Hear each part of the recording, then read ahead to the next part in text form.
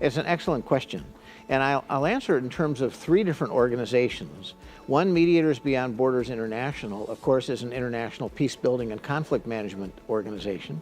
And we really believe that we have resources to help the parties where conflicts occur, not necessarily within the negotiations, but in the implementing the Paris Agreement at every scale.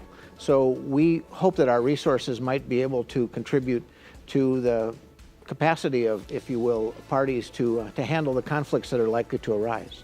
The other group, the International Environmental Communication Association, we focus, of course, on many of the issues related to ACE, or Action for Climate Empowerment. And so we talk about public participation, communication, awareness. And once again, we have people who certainly are ready to help the parties to contribute what they can as we focus on that. Then this third organization, which is very new, it's the Universities Network for Climate Capacity.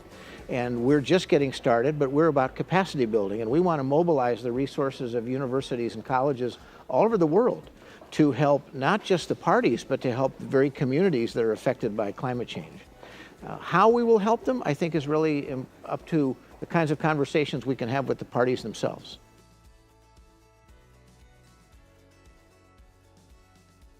I think with the Universities Network for Climate Capacity, we are so new that I can't specify examples, but I can tell you about the potential.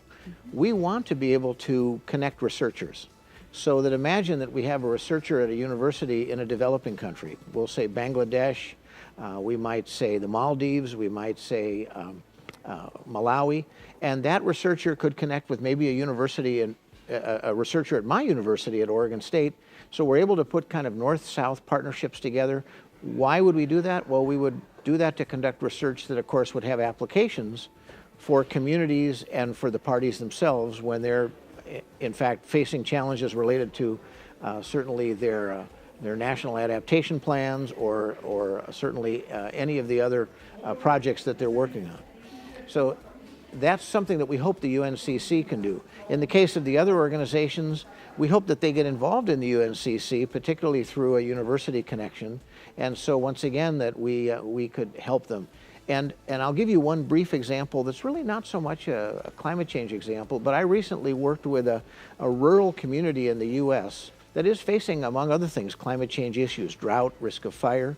And we organized a community-based collaborative to deal with environmental issues. And we brought all the different stakeholders together, and now they have this collaborative group that's supported by the local government, and it's the conservatives and the liberals and everyone in between, but they're finding ways to work together to discover common ground. Why? Because they're concerned with the livelihoods of their people and, of course, the sustainability of their landscape.